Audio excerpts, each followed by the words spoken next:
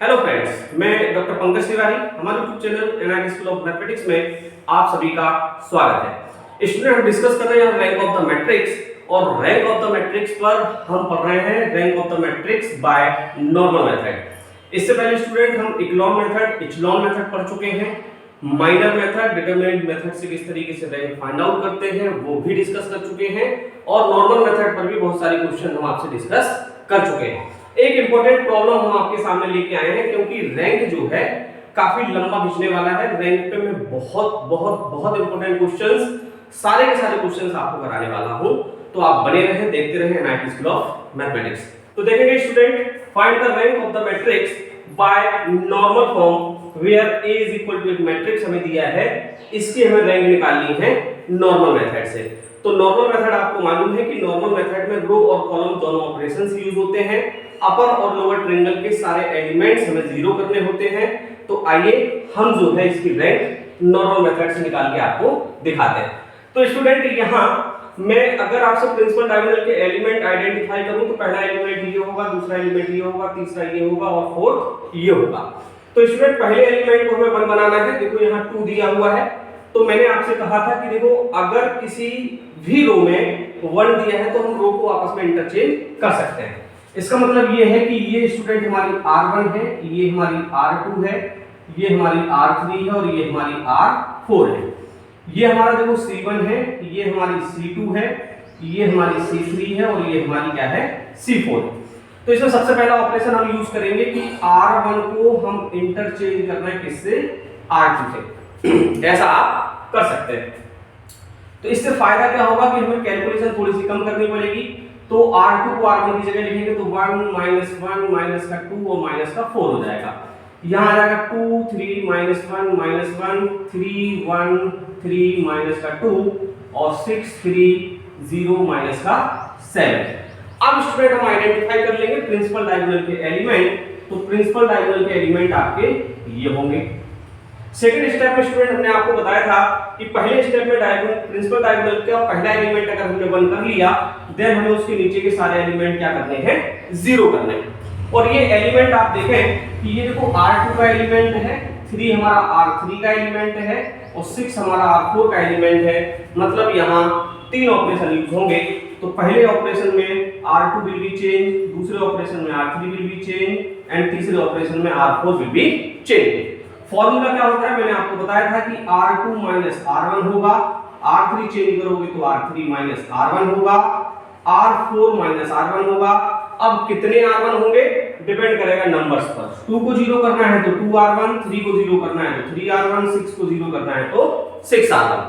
अब स्टूडेंट मैं बार-बार कहता हूं फॉर्मूला क्या होगा, फॉर्मूला क्या होगा, फॉर्मूला क्या होगा।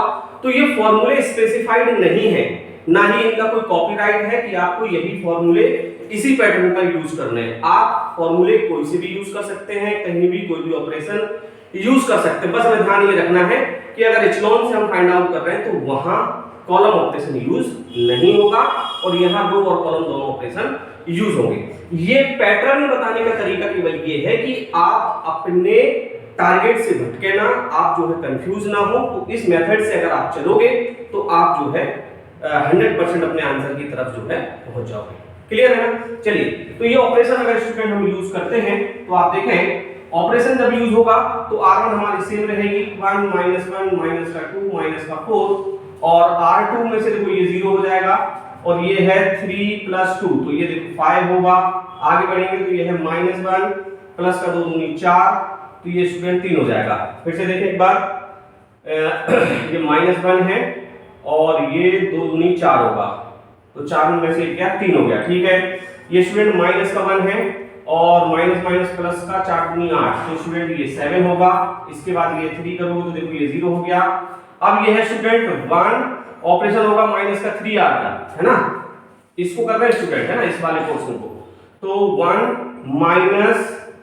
माइनस प्लस 3 तो ये स्टूडेंट 4 आएगा। यहाँ देखेंगे 3 और माइनस माइनस प्लस 3 दूनी 6 तो ये 9 आएगा। ये एक बार फिर से चेक कर ले क्या है ना, R3 1 और प्लस 3 4 आएगा। ठीक है, अब ये देखें आप माइनस का 2 है और प्लस का 4 3 12 है, मतलब ये 10 आएगा। अब स्टूडेंट इस पे ऑपरेशन यूज कर रहे हैं तो ऑपरेशन यूज होगा r4 - 6r1, तो 6 में से 6 जाएगा 0 होगा। अब देखो ये 3 है ना, तो 3 और ऑपरेशन यूज हो रहा है माइनस के 6, तो माइनस का 6 और ये माइनस का 1 है तो प्लस, तो 6 और 3 9 हो गए। आगे बढ़ेंगे स्टूडेंट, और ये हमें दिया हुआ है यहाँ 0, तो 0 अगर दिया है तो ये हो गए 0 माइनस के और 6, तो ये हो गए नहीं 6 क्यों होंगे, ये होंगे 6 दूनी 12, तो यहाँ 12 आएगा। क्लियर है? चलिए, और ये आपका हुआ था 3 और प्लस का 6 9, ठीक है। ये स्टूडेंट यहाँ देखें माइनस का 7 है और ऑपरेशन यूज हो रहा है माइनस का 6 इंटू माइनस का 4, तो माइनस का 7 प्लस का 6 चौको 24, और 24 में से 7 जाएंगे तो स्टूडेंट यहाँ जो है आपके 17 आएंगे। क्लियर है? तो ये ऑपरेशन हमने यूज कर लिया। आप प्रिंसिपल डायगोनल के जो एलिमेंट होंगे वो हमारे प्रिंसिपल डायगोनल के एलिमेंट ये होंगे। क्लियर है? फर्स्ट रो का फर्स्ट एलिमेंट, सेकंड रो का सेकंड एलिमेंट, थर्ड रो का third element and fourth row का फोर्थ एलिमेंट। Clear student? चलिए आगे बढ़ते हैं, और अब हमें जो ऑपरेशन यूज करना है, अब हमें कॉलम ऑपरेशन यूज करना है, क्योंकि नॉर्मल मेथड में हम क्या करते हैं, सबसे पहले प्रिंसिपल डायगोनल का पहला एलिमेंट 1 बनाएंगे, देन उसके नीचे के एलिमेंट 0, फिर उसके बाजू में हम एलिमेंट क्या करेंगे 0 करेंगे। तो ये 0 करेंगे, ये C2 में आएगा, ये 0 करेंगे, ये C3 में आएगा, ये 0 करेंगे, ये C4 में आएगा। तो इसके लिए स्टूडेंट हमें क्या करना होगा, हमें कॉलम ऑपरेशन यूज करने पड़ेंगे। तो कॉलम ऑपरेशन यूज होंगे तो C2 will be change, C3 will be change and C4 will be change. Same C2 minus C1, C3 minus C1 और C4 minus C1। अब कितने C1 -1 को करना है तो प्लस C1, -2 को करना है तो प्लस 2C2, -4 को करना है तो प्लस का 4C1। ये ऑपरेशन स्टूडेंट आप यूज करोगे। तो मैं आपको पहले भी बता चुका हूं कि कॉलम ऑपरेशन यूज करने से जिन नंबर्स को हम 0 करना चाह रहे हैं केवल उन्हीं नंबर्स पर फर्क आएगा, बाकी के नंबर्स पर फर्क नहीं आएगा। तो आप इसको सीधा सीधा लिख सकते हैं 1 0 0, क्योंकि कॉलम ऑपरेशन यूज किया है तो मैं कॉलम वाइज लिख रहा हूं। ये होगा स्टूडेंट 0 5 4 9, फिर हो जाएगा 0 3 9 12, देन आ गया स्टूडेंट 0 7 10 और 17। अब थोड़ा सा यहां सस्पेंस आएगा, वो आपको यहां बिल्कुल ध्यान से देखना है। चलिए, अभी तक जो प्रॉब्लम्स हमने आपको बताई हैं उसमें हमने कहा था कि आपको जब प्रिंसिपल डायगोनल के सेकंड एलिमेंट को 1 बनाना होता है तो हम क्या करते हैं, उसी नंबर से उसको क्या कर देते हैं, डिवाइड कर देते हैं। मैंने आपको बिल्कुल सही बताया था। अब अगर यहां मैं 5 से डिवाइड कर दूं तो ये 3/5 हो जाएगा, ये 7/5 हो जाएगा। तो आगे आने वाली कैलकुलेशन में हमें क्या करना पड़ेगा, बहुत मेहनत करनी पड़ेगी, है ना। तो उसके लिए हम कुछ ऐसा ऑपरेशन यूज करें कि हमें ज्यादा मेहनत करने की जरूरत ना हो। क्लियर है? तो ऐसे केस में हम क्या कर सकते हैं स्टूडेंट, आप ध्यान से देखो कि मुझे R2 को चेंज करना है। तो अगर मैं R2 माइनस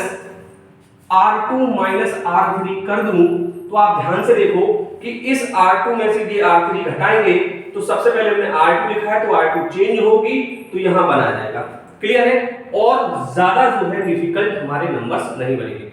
अब आप बोलोगे साहब ये पैटर्न कहां से आया, तो मैं पहले भी बोल चुका हूं कि जो ऑपरेशन मैंने आपको बताए हैं, जो तरीके फॉर्मूले हमने आपको बताए हैं, ये कॉपीराइट फॉर्मूले नहीं है, स्पेसिफाइड नहीं है, कि हमारा तरीका है कि प्रॉब्लम जो है लेंथी ना हो, आप अपनी दिशा से भटके ना, इसलिए ये सारे फॉर्मूले मैं आपको बताता हूं कि हमें जो है पैटर्न फॉलो यहां करना है। तो ये ऑपरेशन हम यहां यूज कर सकते हैं स्टूडेंट। ये वाला ऑपरेशन जब हम यूज करेंगे तो हमें मिलेगा 1 0 0 0 और ये हो जाएगा 0, 5 में से 4 जाएगा 1, 3 में से 9 जाएगा, माइनस का होगा 6, 7 में से 10 जाएगा, होगा माइनस का 3। आगे बढ़ेंगे स्टूडेंट, तो ये हो जाएगा 0 4 9 10 और ये हो जाएगा 0 9 12 और 17। Clear student? चलिए आगे बढ़ते हैं और हम बात कर लेते हैं प्रिंसिपल डायगोनल की। तो प्रिंसिपल डायगोनल तो हमारे ये होंगे, हमने इसको 1 किया, फिर इसके नीचे 0 किए, फिर इसके साइड में 0 किए, फिर हमने इसको 1 किया तो हमें इसके नीचे के एलिमेंट को क्या करना होगा, 0 करना होगा। तो इसको 0 करने के लिए स्टूडेंट ये देखें, R3 का एलिमेंट है, ये R4 का एलिमेंट है, तो यहाँ R3 will be change and R4 will be change और ऑपरेशन यूज होगा R3 माइनस R2 और ये होगा R4 माइनस R2। ये R2 हम लोग लगाते हैं, हमने आपको बताया था कि दूसरे एलिमेंट के नीचे कर रहे हैं ना तो R2 आएगा, जब पहले के नीचे करेंगे तो R1 आएगा, तीसरे के नीचे करेंगे तो माइनस R3 आएगा। क्लियर है? अब कितने R2 होंगे, तो यहाँ आ जाएगा 4R2 और यहाँ आ जाएगा 9R2। क्लियर स्टूडेंट, चलिए आगे बढ़ते हैं। आगे बढ़ते हैं और ये वाला ऑपरेशन जब हम यूज करेंगे तो यहाँ देखिए 1 0 0 0 मिला, 0 1 -6 -3 मिला, और यहाँ देखो ये 0 हुआ, ये 0 हुआ, और ये देखो 9 -4R2 तो प्लस हो गया 6 चौको 24। तो यहाँ स्टूडेंट हमें मिला 33 और ये है आपका 10 और हमने लिखा 10 माइनस माइनस प्लस 4 की 12 और ये हो गया आपके 22। चलिए आगे बढ़ते हैं। ये वाला 0 ये 0, अब इसका ऑपरेशन यूज करेंगे तो 12 माइनस 9R2 तो माइनस माइनस प्लस 9 पना बता ले 9 छक्के 54 54 तो 4 और 2 6 4 और 2 6 5 2 6 66 हुए। अब देखो ये होगा 17 और 17 माइनस माइनस प्लस 9 3 27 तो 7 7 14 ये हो गया आपके 44। क्लियर स्टूडेंट, चलिए तो आपके प्रिंसिपल डायगोनल के एलिमेंट हुए ये।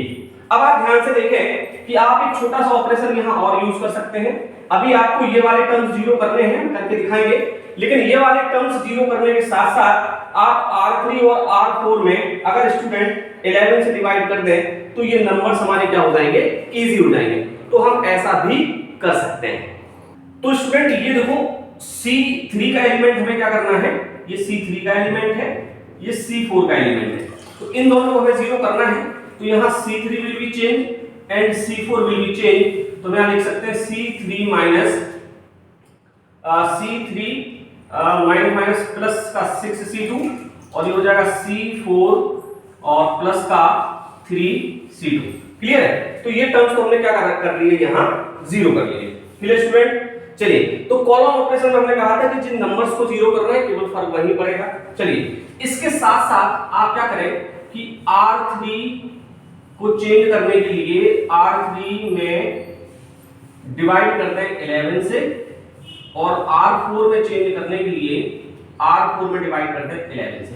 ये सारे ऑपरेशंस आप लगा सकते हैं। इसके अलावा भी आपके दिमाग में कोई ऑपरेशंस आ रहे हैं जिससे ये प्रॉब्लम इजी बन सकती है, आप बिल्कुल कर सकते हैं। क्लियर है, चलिए करते हैं स्टूडेंट। तो यहां स्टूडेंट जो नया मैट्रिक्स हमें मिलेगा वो मिलेगा देखो 1 0 0 0, फिर मिलेगा 0 1 0 0, ये हो जाएगा 0, ये ऑपरेशन यूज करोगे तो -6 0 हो जाएगा, 11 से डिवाइड करोगे तो 3 आएगा, 11 से डिवाइड करोगे 6 आएगा, ये 0 होगा, ये -3 में ऑपरेशन लगाया तो 0 होगा, क्योंकि कॉलम में ज्यादा कैलकुलेशन करने की जरूरत नहीं है। ये 2 होगा और ये 4 होगा, क्योंकि 11 से हमने क्या कर दिया, डिवाइड कर दिया। देखो फिर से थोड़ा सा सिंपल बन गया। अब देखो प्रिंसिपल डायगोनल के एलिमेंट हमारे ये हुए। पहले स्टेप में इसको बन किया, देन इसके नीचे 0, फिर इसके बाजू में 0, अगले स्टेप में इसको बन किया, इसके नीचे 0, इसके बाजू में 0। अब हमें क्या करना है, प्रिंसिपल डायगोनल के तीसरे एलिमेंट को बन करना है। अब बन करने के लिए सेम प्रोसेस है कि अगर आप स्टूडेंट जो है इसको क्या करेंगे, इसको आप क्या करेंगे 3 से अगर आप डिवाइड कर दोगे तो आपको क्या बन जाएगा, 1 बन जाएगा, लेकिन यहाँ 2/3 हो जाएगा। तो आपको अगर 3 से डिवाइड भी करना है तो आप क्या करें, C3 को डिवाइड कर दें। चलिए C3 को हमने क्या किया, C3 डिवाइडेड बाय 3 कर दिया, ठीक है ना, आपको दिक्कत नहीं है। ये C3 है तो ये 3 से डिवाइड होगा 1 हो जाएगा, ये 3 से डिवाइड होगा तो 2 हो जाएगा। ऐसा भी कर सकते हो। एक तरीका ये है कि ये देखो C3 है तो C3 माइनस 4 भी कर सकते हो आप, तब भी यहाँ बन जाएगा, और 6 माइनस 4 करोगे तो यहाँ 2 बन जाएगा, वैसे भी कर सकते हो। चलिए अभी हमने ऐसे लिखा तो ऐसे कर लेते हैं। तो ये होगा 1 0 0 0 0 1 0 0 और ये होगा 0 0 1 और ये हो जाएगा 2 और ये हुआ 0 0 2 और ये हुआ आपका 4। तो प्रिंसिपल डायगोनल के एलिमेंट तो हमारे ये हुए, है ना। तो हमने इसको 1 बनाया, हम इसको क्या करेंगे 0। तो ये देखो R4 का एलिमेंट है, तो R4 चेंज होगा तो फॉर्मूला होगा R4 माइनस R3, और कितने R3, 2 R3। तो हमने चलो ये ऑपरेशन यूज कर लिया। जब ये ऑपरेशन यूज करेंगे तो 1 0 0 0 0 1 0 0 और ये 0 0 1 2 और ये 0 हुआ, ये 0 हुआ, और देखो 2 में से 2 जाएगा तो 0 होगा और 4 में से 4 जाएगा तो 0 होगा। तो प्रिंसिपल डायगोनल के एलिमेंट हमारे ये हो गए।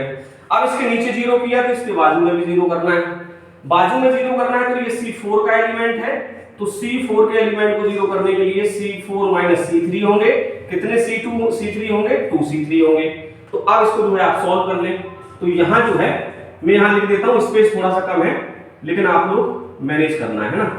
चलिए ये मैट्रिक्स है हमारा, तो यहाँ होगा 1 0 0 0 0 1 0 0 0 0 1 0 और ये हुआ 0 0 0 और 0। तो देखें आइडेंटिफाई कर लें, प्रिंसिपल डायगोनल के एलिमेंट ये हैं, सारे एलिमेंट हमारे बन चुके हैं 0 को छोड़कर। ये देखें अपर ट्रायंगल के सारे एलिमेंट 0 हो चुके हैं, ये लोअर ट्रायंगल के सारे एलिमेंट आपके क्या हो चुके हैं, 0 हो चुके हैं। अब हमें यहां काउंट करनी है number of non zero row, number of non zero rows. तो पहले तो स्टूडेंट हमने क्या किया, इस मैट्रिक्स को रिड्यूस कर लिया किस फॉर्म में, नॉर्मल फॉर्म में। नॉर्मल फॉर्म ये कहती है कि प्रिंसिपल डायगोनल के एलिमेंट्स 1 होने चाहिए और लोअर और अपर ट्रायंगल के एलिमेंट्स हमारे क्या होने चाहिए, 0 होने चाहिए, जो कि हो चुके हैं। अब हम निकालेंगे रैंक, तो रैंक के लिए हमें नंबर ऑफ नॉन जीरो रोज यहां काउंट करनी है। तो देखो ये वाली रो पूरी तरीके से 0 नहीं है, ये वाली 0 नहीं है, ये वाली 0 नहीं है, ये वाली रो आपकी 0 हो चुकी है। तो number of non zero row हमें कितनी मिली, 3। तो hence rank of the matrix A is equal to होगा 3। ये आपका स्टूडेंट क्या होगा, आंसर होगा। तो आप अगर ये सोच रहे हैं कि रैंक के क्वेश्चन हम रट लें, स्टेप हम रट लें और एग्जामिनेशन में छाप के हम अपना काम कर लें, तो नहीं हो पाएगा, क्योंकि यहाँ जो ऑपरेशंस यूज होंगे वो आपको समझने पड़ेंगे। जरूरी नहीं है कि जो स्क्रीन पर जो भी बोर्ड पर जो प्रोसेस, जो फॉर्मूले हमने जो संक्रियाएं यूज की हैं वही सही हैं। आप कोई सी भी प्रोसेस यूज कर सकते हैं, कोई भी ऑपरेशन यूज कर सकते हैं, बस लेकिन चलना हमें क्या है, थोड़ा सा रूल्स के अकॉर्डिंग। तो आई होप स्टूडेंट आपको ये प्रॉब्लम समझ आई होगी, थोड़ी सी लेंथी थी लेकिन एग्जामिनेशन में पूछी जाती है, बहुत इंपॉर्टेंट थी, इसलिए हमने आपसे डिस्कस की है। नेक्स्ट लेक्चर में मैं फिर से एक प्रॉब्लम आपसे रैंक ऑफ द मैट्रिक्स की ही डिस्कस करूंगा। तब तक बने रहें और देखते रहें एनआईटी स्कूल ऑफ मैथमेटिक्स। हाँ स्टूडेंट, अगर वीडियो आपको पसंद आ रहा है तो उसको लाइक जरूर करें, चैनल सब्सक्राइब नहीं किया तो चैनल सब्सक्राइब कर लें और अपने दोस्तों के साथ शेयर जरूर करें। Thank you so much guys.